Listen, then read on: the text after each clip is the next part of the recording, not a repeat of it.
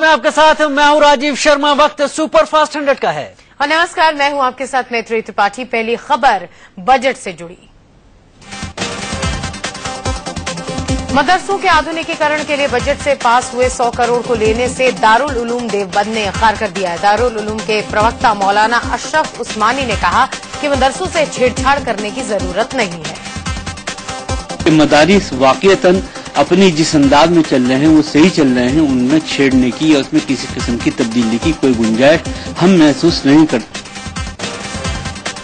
कल अपने बजट भाषण में जेटली ने मदरसों के आधुनिकीकरण के लिए 100 करोड़ देने की बात कही थी। चुनाव के दौरान नरेंद्र मोदी ने मदरसों के आधुनिकीकरण की बात कही थी। मोदी ये कहते रहे हैं कि मुसलमान के एक हाथ में अगर कुरान है तो दूसरे हाथ में लैपटॉप होना चाहिए।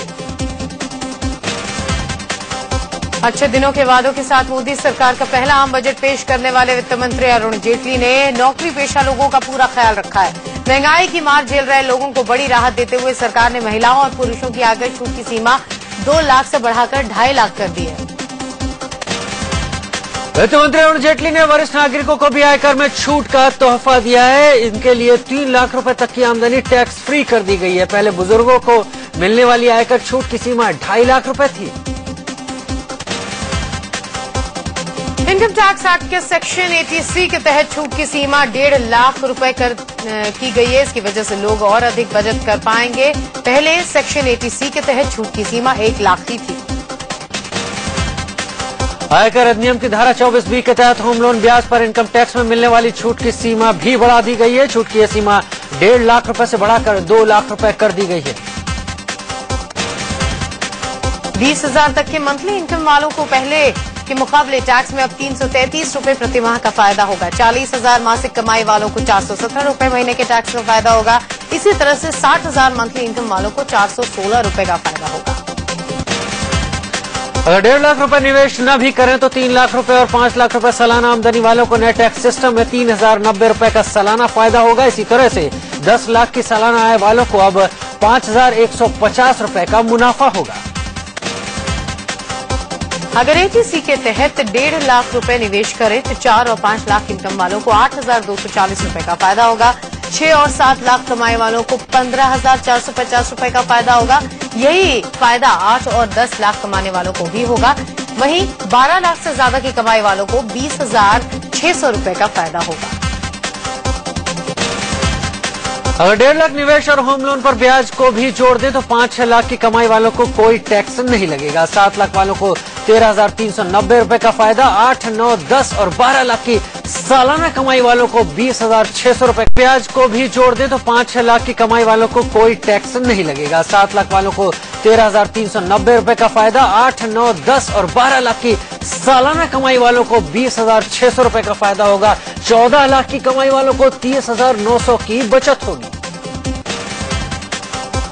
न्यूनतम टैक्स स्लैब अब 2.5 लाख तक हो गया है, यानी 2.5 लाख तक कोई टैक्स नहीं होगा। वहीं 2.5 से 5 लाख तक 10% टैक्स लगेगा। 5 लाख से 10 लाख के स्लैब में 20% टैक्स लगेगा, तो वहीं 10 लाख से अधिक पर 30% आय कर लगेगा। वित्त मंत्री ने पीपीएफ में सालाना जमा की अधिकतम सीमा बढ़ा दी है। पीपीएफ अकाउंट में सालाना 1 लाख के बजाय 1.5 लाख रुपए तक जमा किए जा सकेंगे। इसके साथ ही छोटी बचत को बढ़ावा देने के लिए किसान विकास पत्र की व्यवस्था फिर से शुरू की जाएगी। सरकार ने टैक्स सिस्टम को आसान बनाने की बात कही है। टैक्स विवाद सुलझाने के लिए अथॉरिटी बनाई जाएगी। सरकारी बैंकों के शेयर बेचे जाएंगे। जीएसटी को खत्म करने के साथ एक्सपेंडिचर मैनेजमेंट कमीशन बनाने की योजना है। मोदी सरकार ने अपने पहले आम बजट में कंप्यूटर, टीवी और 19 इंच से कम के एलईडी सस्ते कर दिए हैं। साथ ही मोबाइल फोन खरीदने वालों को भी अब पहले से कम जेब ढीली करनी पड़ेगी। इसके साथ ही स्मार्ट कार्ड भी सस्ता कर दिया गया है। सरकार ने तेल और साबुन भी सस्ते करने का ऐलान किया है। डिब्बा बंद खाना भी अब पहले के मुकाबले सस्ता होगा। साथ ही 1,000 रुपए तक के जूते और देश में बने स्टेनलेस स्टील के सामान भी सस्ते किए जाएंगे। वहीं सोलर ऊर्जा यूनिट भी सस्ती होगी। वहीं मोदी सरकार ने हीरे से बनी ज्वेलरी, लैपटॉप, कंप्यूटर, एसेसरीज, कैमरे और एसी भी सस्ते कर दिए हैं, जिससे मिडिल क्लास ने भी राहत की सांस ली है। वहीं वित्त मंत्री अरुण जेटली ने अपने पहले बजट में आम लोगों को राहत देते हुए दवाइयों को सस्ता करने का ऐलान किया है। इसके साथ कीमती पत्थर भी सस्ते कर दिए गए हैं। वहीं मोदी सरकार ने ब्रांडेड कपड़े, इंपोर्टेड कॉस्मेटिक्स को महंगा कर दिया। इसके साथ ही तंबाकू उत्पादों जैसे सिगरेट, सिगार, तंबाकू, गुटखा, पान मसाला और कोल्ड ड्रिंक्स को महंगा कर दिया गया है। वहीं जेटली ने कोयला और कोल प्रोडक्ट्स महंगे करने का ऐलान किया है, जिससे आने वाले समय में बिजली महंगी हो सकती है। इसके साथ टेलीकॉम उपकरण और बोतल बंद जूस भी महंगा होगा। गंगा की सफाई के लिए नमामि गंगे परियोजना का प्रस्ताव रखा गया है। गंगा नदी के लिए एक एनआरआई फंड बनाने की योजना बनाई जाएगी। नदियों के घाटों के विकास के लिए 100 करोड़ रुपए का बजट रखा गया है। वित्त मंत्री अरुण जेटली ने देश के सबसे बड़े अस्पताल एम्स की तर्ज पर 4 और एम्स बनाने का ऐलान किया है। इसके साथ ही 500 करोड़ की योजना बनाई गई है। जेटली ने हर राज्य में एक एम्स बनाने का लक्ष्य रखा है। आम बजट पेश करते हुए वित्त मंत्री अरुण जेटली ने 12 नए सरकारी मेडिकल कॉलेज खोलने का ऐलान किया। साथ ही जेटली ने यह भी कहा कि देश में 5 नए आईआईएम और 5 नए आईआईटी खोलने की योजना है। वित्त मंत्री अरुण जेटली ने देश में जिन 5 नए आईआईटीज खोलने का ऐलान किया है, वो जम्मू कश्मीर, छत्तीसगढ़, गोवा, आंध्र प्रदेश और केरल में खोली जाएंगे। देश में 5 नए आईआईएम खोलने का ऐलान वित्त मंत्री अरुण जेटली ने किया है। नए आईआईएम हिमाचल प्रदेश, बिहार, पंजाब, ओडिशा और महाराष्ट्र में खोले जाएंगे। प्रधानमंत्री नरेंद्र मोदी के ड्रीम प्रोजेक्ट सरदार पटेल की प्रतिमा के लिए वित्त मंत्री ने 200 करोड़ रुपए का ऐलान किया है। स्टैच्यू ऑफ यूनिटी नाम की ये प्रतिमा गुजरात में बन रही है। वहीं लखनऊ और अहमदाबाद मेट्रो प्रोजेक्ट के लिए 100 करोड़ का फंड दिया जाएगा। देश भर में 600 कम्युनिटी रेडियो सेंटर खोलने के लिए 100 करोड़ और रूरल इंटरनेट टेक्नोलॉजी मिशन के लिए 500 करोड़ का बजट रखा गया है।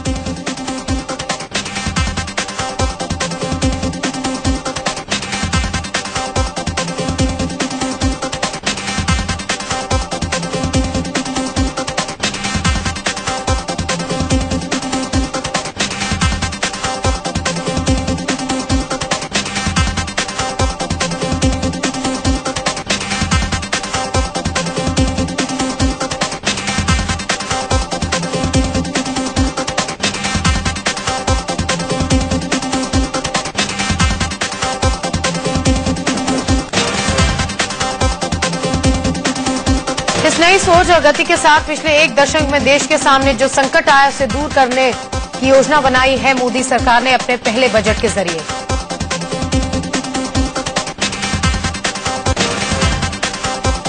कांग्रेस अध्यक्ष सोनिया गांधी और उपाध्यक्ष राहुल गांधी ने बजट की आलोचना की है। सोनिया गांधी ने कहा कि बजट यूपीए सरकार की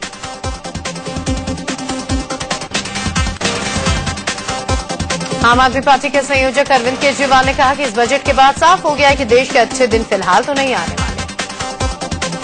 लेकिन आज के बजट के बाद वो कहावत है, खोदा पहाड़ निकली चुहिया। आज के बजट में कुछ भी नहीं है। अभी तक लोग सोच रहे थे कि शायद अब अच्छे दिन आएंगे, शायद अब अच्छे दिन आएंगे। आज के बजट के बाद ये साफ हो गया कि अब अच्छे दिनों की उम्मीद भी खत्म हो चुकी है, क्योंकि सरकार के पास ना कोई आइडिया बचा है और ना कोई इम्प्लीमेंटेशन करने के लिए कुछ बचा है। तो एसपी मुखिया मुलायम सिंह यादव ने बजट को निराश करने वाला बताया। उन्होंने कहा कि पूंजीपतियों का बजट है, इसमें गरीबों और बेरोजगारों के लिए कुछ नहीं है। बजट में कुछ है ही नहीं। आप देखिए, बजट में केवल इन्होंने खुश किया है बड़े बड़े घराने को, कुछ पूंजीपति, उनके लिए बजट है, न गरीब के लिए है न बेरोजगार के लिए है। कभी एनडीए की सहयोगी रही जेडीयू ने भी बजट पर तंज कसा है। जेडीयू अध्यक्ष शरद यादव ने कहा कि इस बजट से अच्छे दिन की उम्मीद बेकार है। इसमें न अच्छे दिन है न बुरे दिन है, यानी जहाँ खड़े थे वहीं खड़े हैं हम लोग।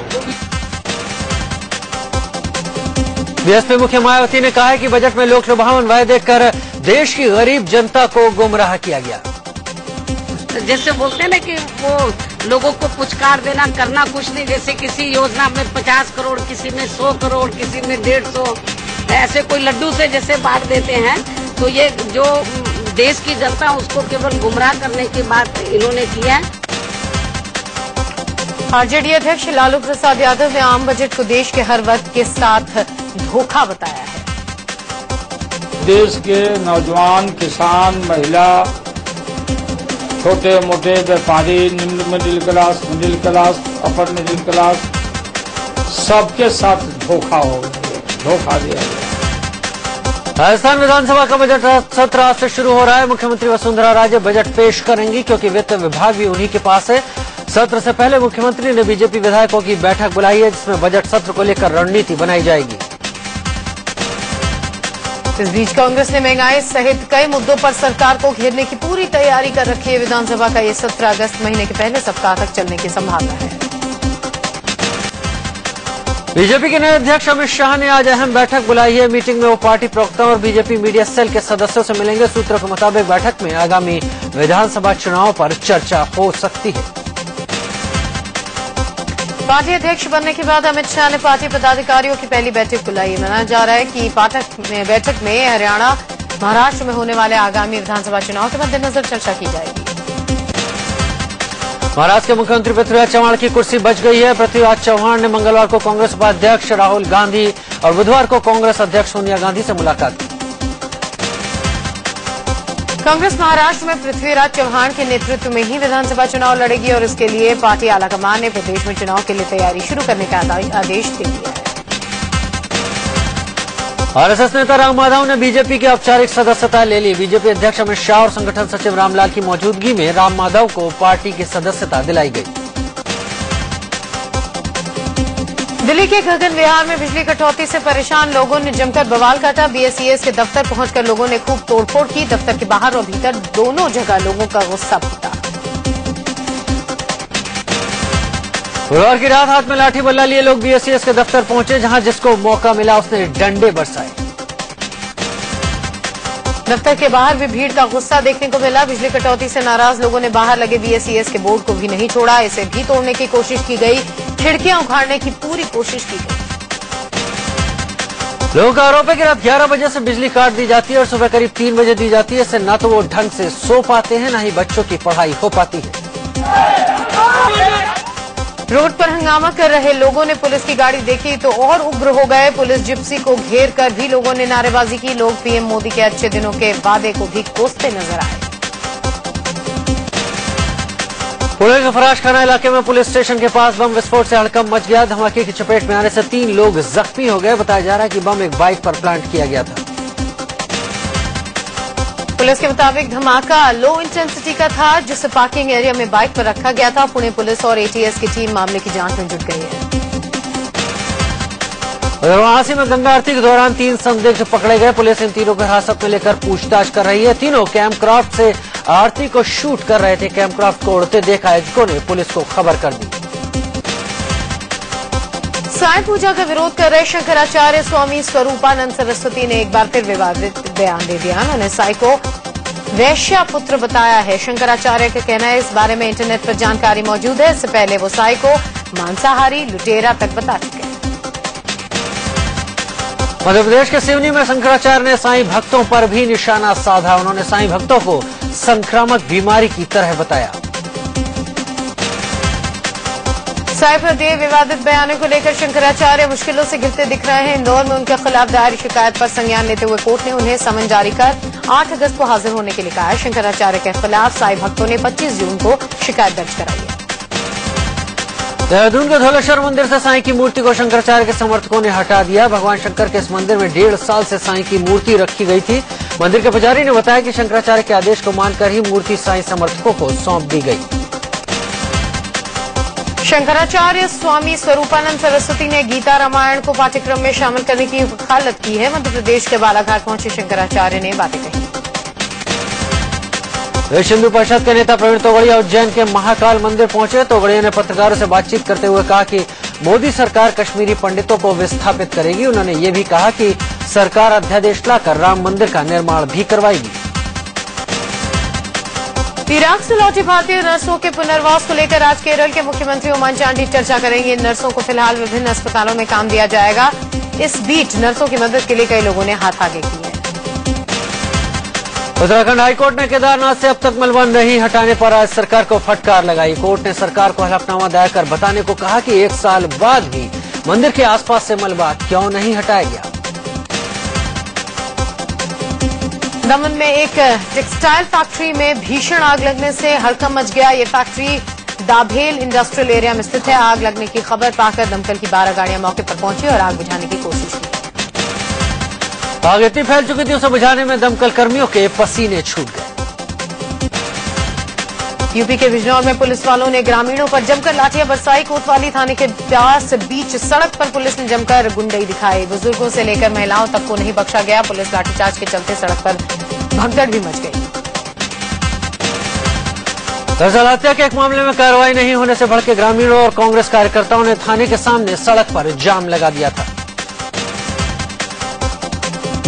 एक ओर सरकार बजट में लोगों को घर देने का वादा कर रही है, तो वहीं दूसरी ओर दिल्ली के महपालपुर में डीडीए का बुलडोजर अवैध मकानों पर चल रहा है।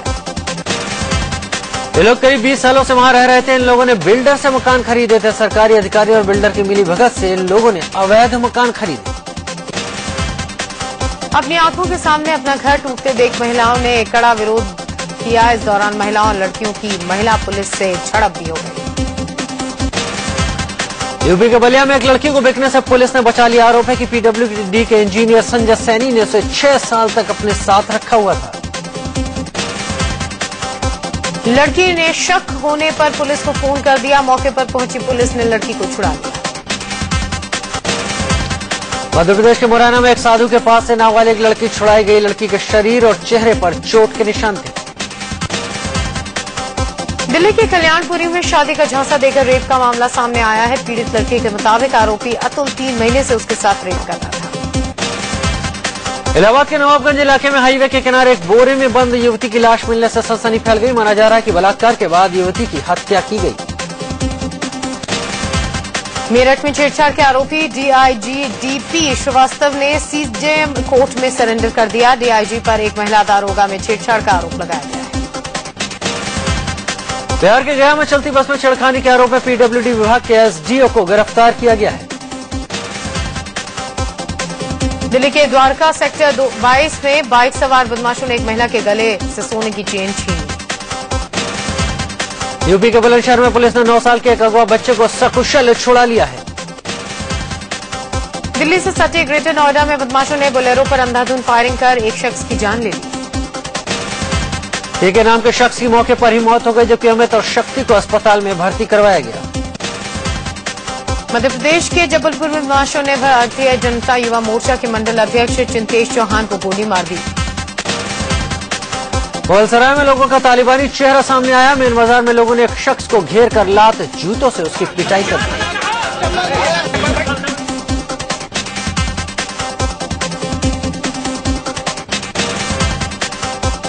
मार खा रहे शख्स पर आरोप है कि वो गल्ला मंडी से साइकिल चुराकर भाग रहा था। भागते हुए लोगों ने इसे पकड़ लिया और जमकर धुनाई कर दी।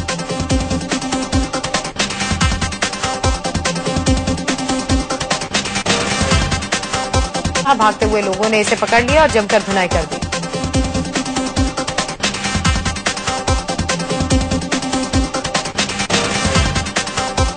गुजरात के उदयपुर में पुलिस ने बाघ की खाल के साथ 3 लोगों को गिरफ्तार किया। मुखबिर से पुलिस को सूचना मिली थी कि लोग बाघ की खाल बेचने आए। उदयपुर पहुंचते ही पुलिस ने इन्हें धर दबोचा। उत्तरकाशी में रहने वाले लोग अपनी जान जोखिम में डालकर तेज लहरों वाली भागीरथी नदी को पार करते। हैरानी की बात यह है कि इन्होंने कोई ट्रेनिंग नहीं ली। नदी पार करते वक्त इन्हें ट्रॉली से उतरने की भी प्रैक्टिस हो गई है।